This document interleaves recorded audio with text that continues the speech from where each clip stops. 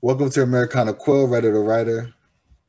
Please like and subscribe and tell a friend that likes to subscribe. Today, my guest is a retired Master Sergeant and combat veteran with 30 years of service in the United States Army. He has deployed multiple times, starring with Desert Shield, including tours of Afghanistan, Bosnia, and Iraq. As an accomplished leader, he hopes to teach others what to expect in their own soldier journeys. His hopes, his words will inspire a whole new generation of strength and discipline-minded people. His motto is, there are never failures, just opportunities to learn and mature as a Christian man, a father, a soldier, a leader. In his downtime, he enjoys playing chess, bowling, and future books to write. Ladies and gentlemen, I want to welcome Mr. Deon McCarthy. How you doing? I'm good. How are you, sir? I'm good. Did I say your name correctly? Yeah, you got it pretty good. Yes, sir. Okay. Would you like me to say Deon or Sergeant McCarthy? How should I address you? We're family. Let's go ahead with Deon. All right, sounds great. Thank you. So, how are you doing during this time of the pandemic? How's your family? Is everything all right? How's everyone doing? Oh yeah, we're doing fine. I mean, everyone is rising to the challenge, and we're banding together. We're doing good. Well, that's good. How did you first realize you wanted to be a writer or take the time to write a book? Because you had a different career path before this one. The funny thing about it is when I retired, I had to write what they call an ETS award, and that spans my entire career from Mm-hmm. the beginning to the end. And that's what gave me the idea. When I was brainstorming and coming up with all the things that I've done, I Right. thought to myself, this would be helpful to someone. This would be interesting reading, and that's the beginning. That's where it started. Okay. And how long ago was the idea before it became inception of being a book out to the world? I guess. Ooh, when I got really serious, it took all of a year to thoughts to paper to print. Okay. Um. How? So it took a year. When did you first realize?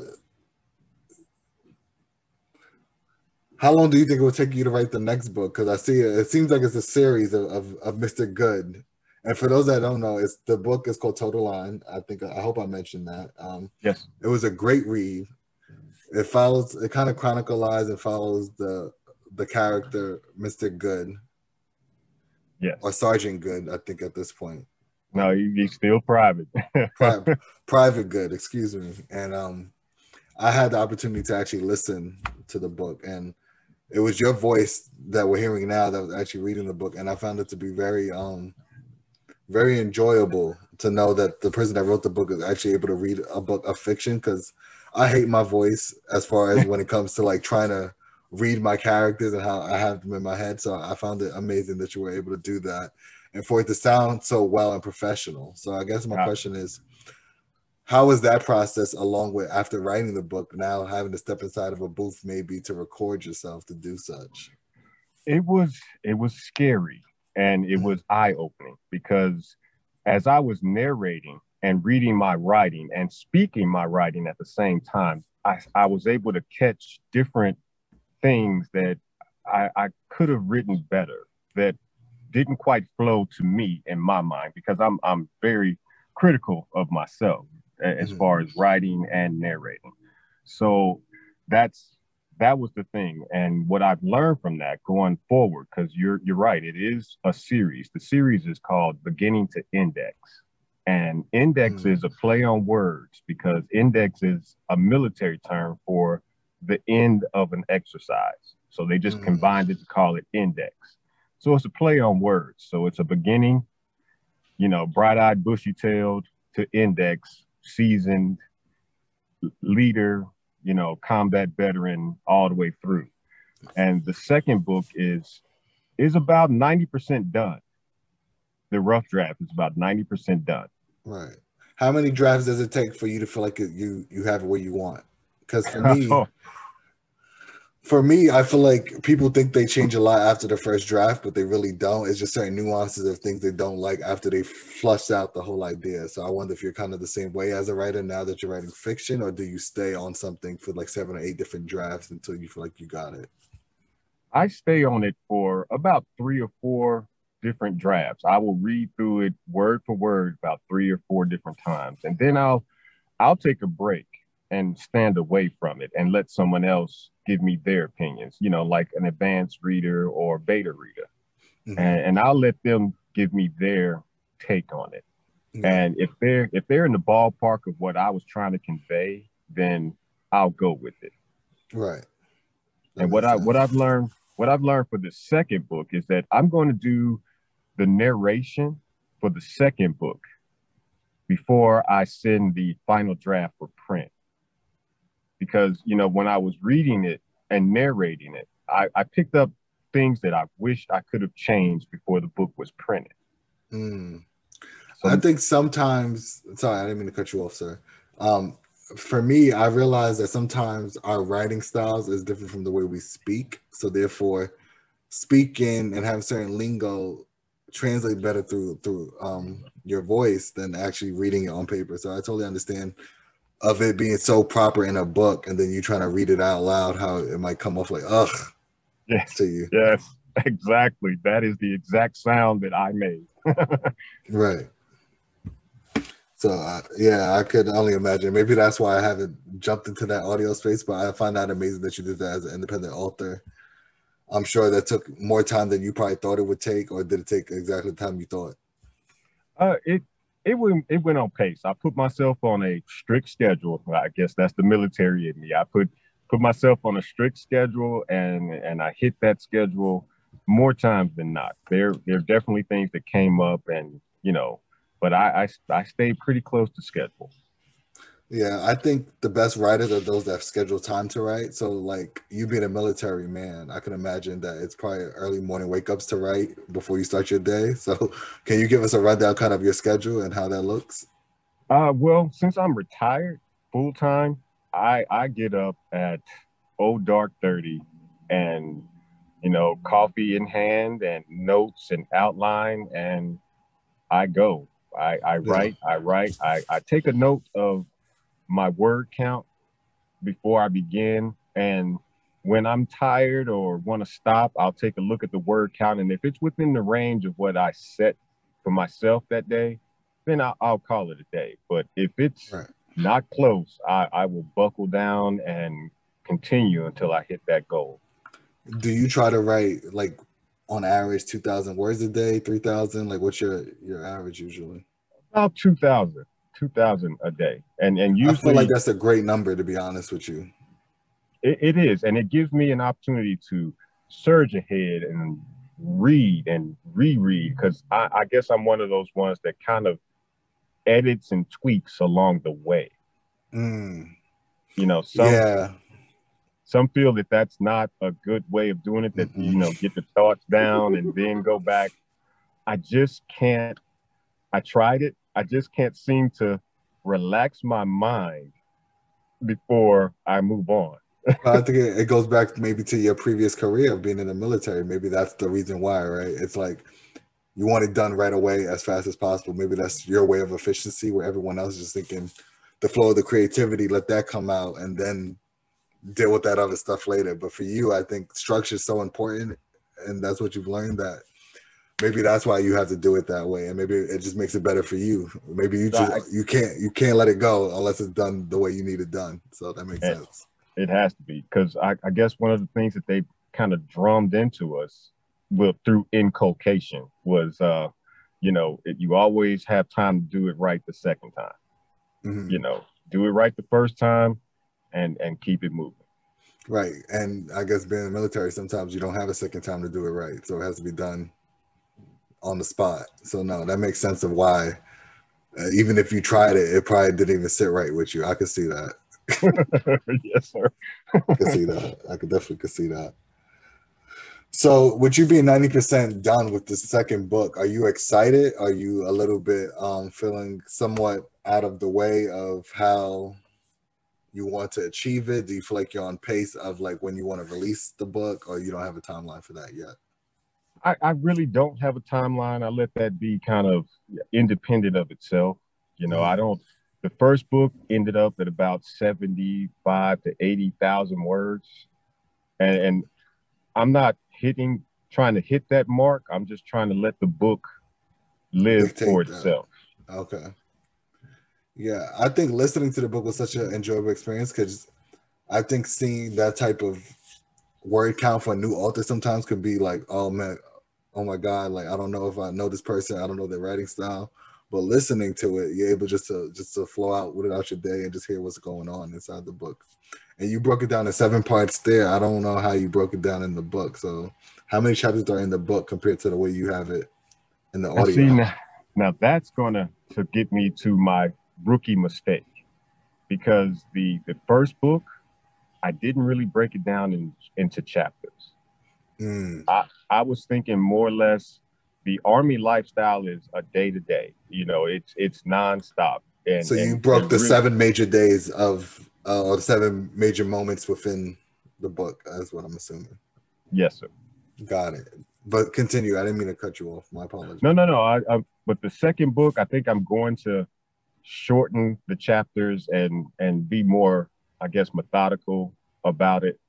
You know, at the first book, you know, you make mistakes, and honestly, I'm kind of horrified to to read over some of the mistakes that I made for the first book. But that's just the learning process. Yeah, but I don't think it's necessarily a mistake. It was your philosophy on how you thought the book should be laid out. I don't think that's necessarily a mistake. It's just maybe now for next time, depending on how the readers are feeling after they read the book, if it was digestible, maybe you make it more suitable for them. But I don't think it's good or bad the way you might have done it. I just think it's, some ways to make it more suitable for those that aren't so diligent in reading, or they feel like they got to finish a chapter, and if they got to read 200 pages say they finished the chapter, could be frustrating. But like other than Right. that, I don't think it's preference to the author.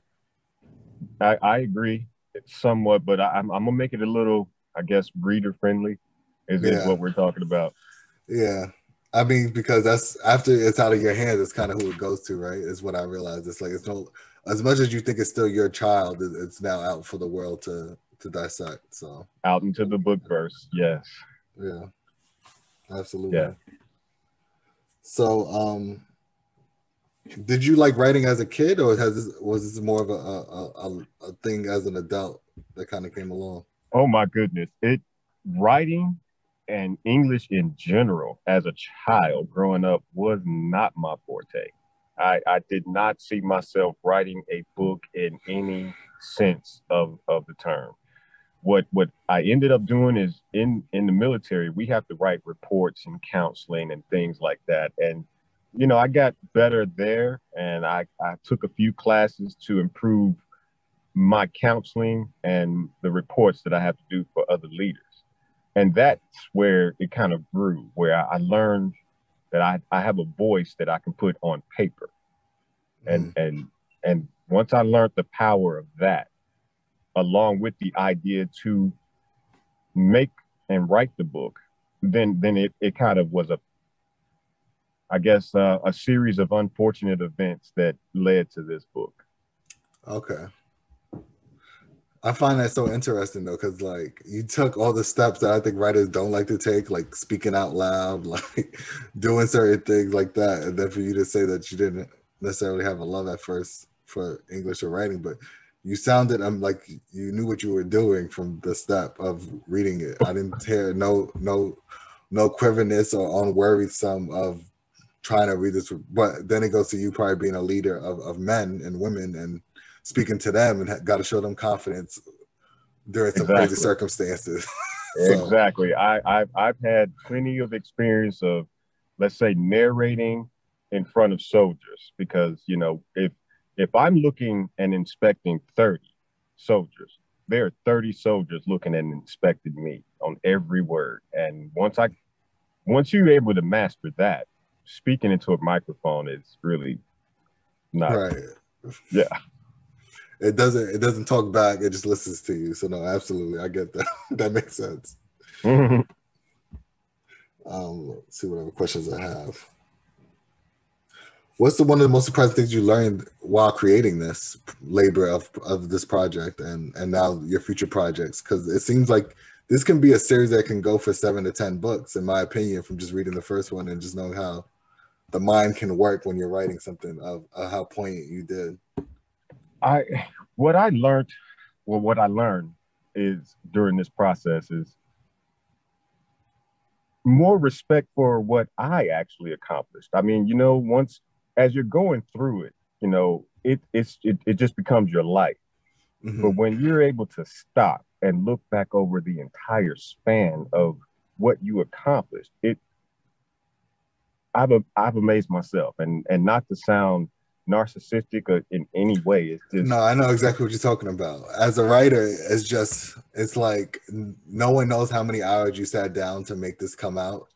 They might read it in 4 hours, but they don't know it took you maybe 200 hours to get it the way you needed it to. So like when you hear those words of appreciation from them, it's I don't want to say humbleness. It's a moment of gratitude where you got to thank yourself for going through the journey. So no, I totally get what you're trying to say. I hope I'm saying what you're thinking, because that's exactly you're right there, and I yeah. like the way you put it because it is a labor of love that you mentioned also, and Hmm. if as a writer, and this is something that I've learned after I put out the first book, reviews come and go, some are Hmm. good, some are bad, but it just keeps you locked into why you're doing this in the first place. Right. The reviews don't write the book. I write Hmm. the book. Right. And you know the journey of the character and how far you want the character's journey to go. So no, absolutely. Yes, sir. So do you have a number in mind of how many books you might want to complete? Yes. Right now, I'm on 4 books for the beginning of Index series. Mm. The first book is Total Line. The second book is Stay the Course. The third book is going to be Mission Complete.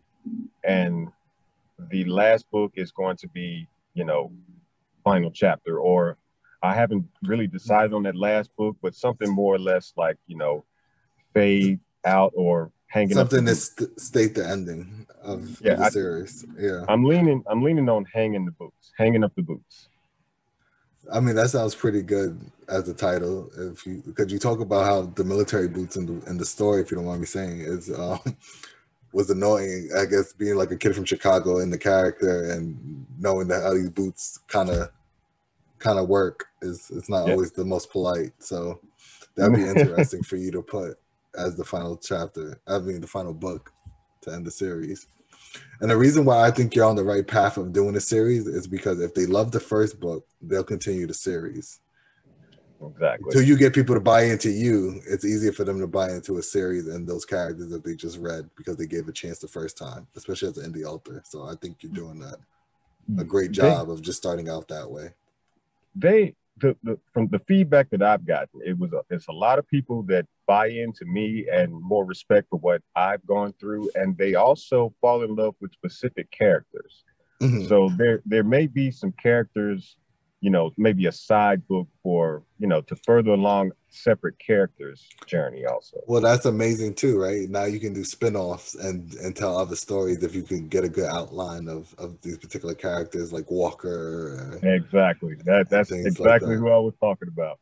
Yeah. Because a lot of people love the underdog, and I purposely made Walker the contrast, the underdog, to Hmm. where the reader can feel the struggle from a different perspective. They may have felt the struggle that Good went through, but the struggle that Walker went through was even deeper. Right. It was exponential for sure. Yes, and it brought about a brotherhood also, a camaraderie where you have to learn the teamwork. And I purposely only mentioned the race of one character, and that was one of the drill sergeants. I purposely did not say who was black, white, Hispanic, or anything. I kind of Right. left that for the reader to feel. No, absolutely. I think the only one that you could probably tell was of Latin descent, I think was the female soldier because of her last name, if I'm not mistaken. Oh yeah, yeah. You're talking about Cruz. Cruz. Cruz. Right. Right. Yes. Got you. Yes, sir. But other than that, it's like you don't know if she's a dark Latin person. You don't know, the race. You just know the ethnicity. So that's still perfect. Like it doesn't, that's what I love about books. Is like you get to kind of create the colors of the characters in your own head. So it's pretty Yes, cool. and I got that. I you're able got to that do that. advice not to, I guess, force an image upon a reader. You know, I got Yeah. that. No, I think that helps though, right? Because everyone's gonna have their own perception, especially, and it helps them just stay enticed with how they want to see the story go with the way they see the characters looking. So it makes sense. Exactly. Yes, sir. Yes, sir.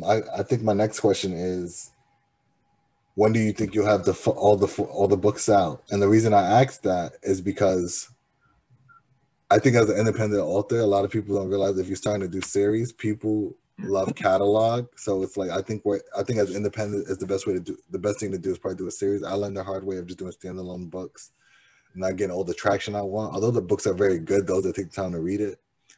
I think a series for some reason does well on Amazon, and people will just naturally invest in 4 or 5 books. And then from there, you kind of build a catalog of where they become a fan of just wanting to see these characters Evolve. Yes. Yeah, so I think I try to tell people that are looking for advice. I say if you think you have a series, write the series first, and then go into your standalone books of different genres. So I'm just curious on, what's your catalog? When do you feel like it will be completed? I think I'm trying to stick with every year to have it out. So the process is going to take another 4 years to have the entire series done, complete, print, audio book done. So I think I'm gonna go that way. And the funny story about why I thought it would be better as a series, not only because of the totality of the whole 30 years that I've done. I was watching a movie, a random movie of I think it was Misery. And that character was obsessed with the author's series. You know, everyone knew that there was another Misery book, and it was always coming out, and it just built its own synergy. Right. So I wanted to capture that. You know, no, it's a thing for people. I don't know why, but it is, and it's just one of those things that I realized it. But I guess for me, I didn't want to be pigeonholed into telling only one story. So like I did my standalones first, and now I'm finally getting into a book series, which is like called Malcolm Evers. It's kind of play on like Medgar Evers if he was never to be or if he was to survive his assassination attempt and like became a lawyer and like had kids, maybe that would be the new trade of the family. So then it just follows into like his great grandson now becoming a lawyer and like moving to New York and kind of like doing his thing out there. Thank you. So that's kind of where I started my series journey is now, and I've been writing since 2013, and I have 7 books out before I started a book series. So now I feel like I'm not going to be pigeonholed because at least now there's other books out there on me. Is that a concern for you? Is like maybe being pigeonholed into only telling military stories, or is that all you want to really tell? That's all I really want to tell for right now. I haven't developed a love for anything other than that. That's the military has been my life for most of my life, if that makes sense. Did you want to retire, or do you feel like it was just time? It was time. It was time, and I'm trying to depict that in the writing that it was time, because the Army had changed from when I got in. We had less authority. We had less abilities to train the soldiers the way that the soldiers deserve and needed to be trained. That's interesting. Yeah. So let me see. Do you have any questions for me? It could be a two-way street. No. I appreciate you doing this. This is freaking amazing, man. No, I hope you're enjoying yourself. To be honest, I am. It's different. I thought it would be more. I would be more nervous to speak about, the inner thought processes behind the book, but it's freeing. It's freeing. It's liberating. Yeah. I think sometimes just talking to another writer that kind of understands is easier to just flow about the ideas and just let the thoughts come out. Oh my goodness, because if I talk to someone that is not an author or a reader, and they see me or they hear that I'm in the room, door closed, phone off, and I'm just going. They cannot fathom that I'm enjoying myself. They can't fathom how I'm able to do that hours and Right. hours, day in and day out. I think writing comes easy to those that naturally like to work, and I feel like you can't. Writing's not a lazy job. You know, you got to really sit down and put in the hours. Like, there's no way around it unless you hire someone to write for you. No, You know, no. so like, And another difficult part that I learned after the first book is writing the book and publishing the book is not the most difficult part. mm-hmm. The most difficult part to me is marketing. For everyone, especially as an independent author, I think that's why everybody has the dream of getting signed to a major publisher. So it's to avoid that, because that's a different job on itself that it's hard to master if you're already trying to master one thing, which is the writing craft. So no, it's a lot. It is a lot. And I had no idea. I thought the book going out there, the military soldiers would see it and, gravitate to it. But oh no, I really literally have to put it directly in people's faces. Right. And then they'll support. It's like if they get to touch you, they'll want to support. However, we're living in times right now where everything's through Zoom and everything else. So it's kind of difficult, but maybe with you being within the military family, that you'll be able to like maybe do a book tour or something. And well, see, and then that's the second challenge, because I was afraid to release the book during the pandemic. I was going to wait to release the book till after the pandemic, maybe around, somewhere around this time, while things are starting to relax a little bit. Still a pandemic, but just not as stringent. Right. And I got some advice to just know the time is now.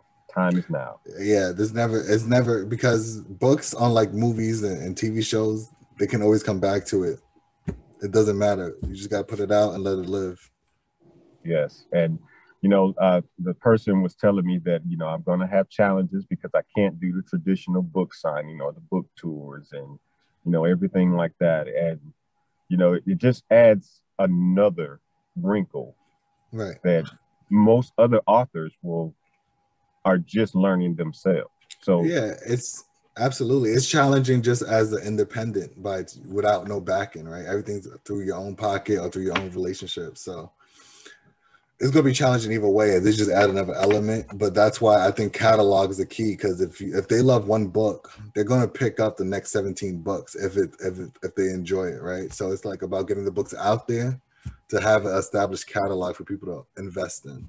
And I'm now seeing the benefits of the years of just taking the time to write a book a year, where now there's a catalog where now they pick up one, and if they like me or they think they like me, they'll now see 5 or 6 more books to check out. So exactly. And if it's a they compound see one effect, book, right? And if they're let's say they find my second book first, and they purchase that, and wait a minute, I'm missing a whole thing, and that will drive them to pick up the first book, finish that, and then continue on. So it's kind of like you can't pick up the Hobbit series, in the third book. Right. But if you've heard about how good the third book is, you're going to hurry up and buy the first 2 to get to the third one so you could be in the know. So I think that's the game, as in the authors I try to stress to us, is that you got to play the catalog and the longevity game if you want to make money out of it. If you just want to do that at a labor of love, that's great too. That's where you should start. But if you want to at least get your money back, I think you got to try to pay the catalog game for sure. Exactly. And monetarily, I'm not looking for, let's just say, to be on the plus side of making books until maybe the third or fourth book. That's when I think I've established a foundation with that style. Yes. Right. And I honestly think once you're able to go back to the military bases and maybe do your connections there, I think you'll recoup your budget, is what it seems like, to be honest with you. Just all those people that will probably want something to read that kind of reminds them of what they've been through or what they're going through, for sure. Oh, yeah. I've definitely got some feedback that I've captured a lot of the things that they might have forgotten and remind them of their basic training experience with happy, fond memories, even, and some people would some people reacted negatively. You know, there's definitely some experiences that you rather not relive, but for the most part, there's experiences that brings a lot of people happiness to think back. Right. And I think for those that probably enjoyed it are those that made a career out of the military and then just didn't do it just to escape whatever they might have had going on at home, right? It's probably a lot of the ones that maybe did just the 4 years, saw too much what they weren't really built for seeing. And then someone like you that made a career out of it that truly enjoyed it, the whole experience, whether good or bad within those moments, that probably enjoyed the book. So I can see that. And I also purposely didn't make the drill sergeants the villains. They were antagonistic, but I tried to put an essence of humility and purpose to them, you know. And I think one of the actual words that I put in the book is, now I understand why the drill sergeants are the way they are. No, yeah, you did, because you talked about how they used to call him Goody, even though they knew his actual name was Good. So like, and he actually spoke highly of his privates after when they were about to graduate and things like that. So no, you definitely show humility after some of the things that were happening for sure. Oh yeah, and it's definitely some humorous points in there. It could be, yeah, it's definitely enjoyable to reread and, you know, reminisce about those days. No, absolutely. Are you from Chicago as well as from the way the character is? I am. The main character is predominantly me, but it's a hodgepodge of experiences that either I've gone through or I've seen other people going through. It's just the ideal of, you know, that person. Right. Unless the main character is a killer, that's usually most fiction books is like 55% at least the person that's writing it, and then the rest is just things they might have pulled from other people that they've seen in their lifetime. So no, that totally makes sense. Yes, sir. But yes, I am from Chicago, born and raised. Lot of things about living in the city prepared me for the military. Right. You know, I was not afraid of, you know, gunfire or sirens and things like that. It's just part of my environment. Right.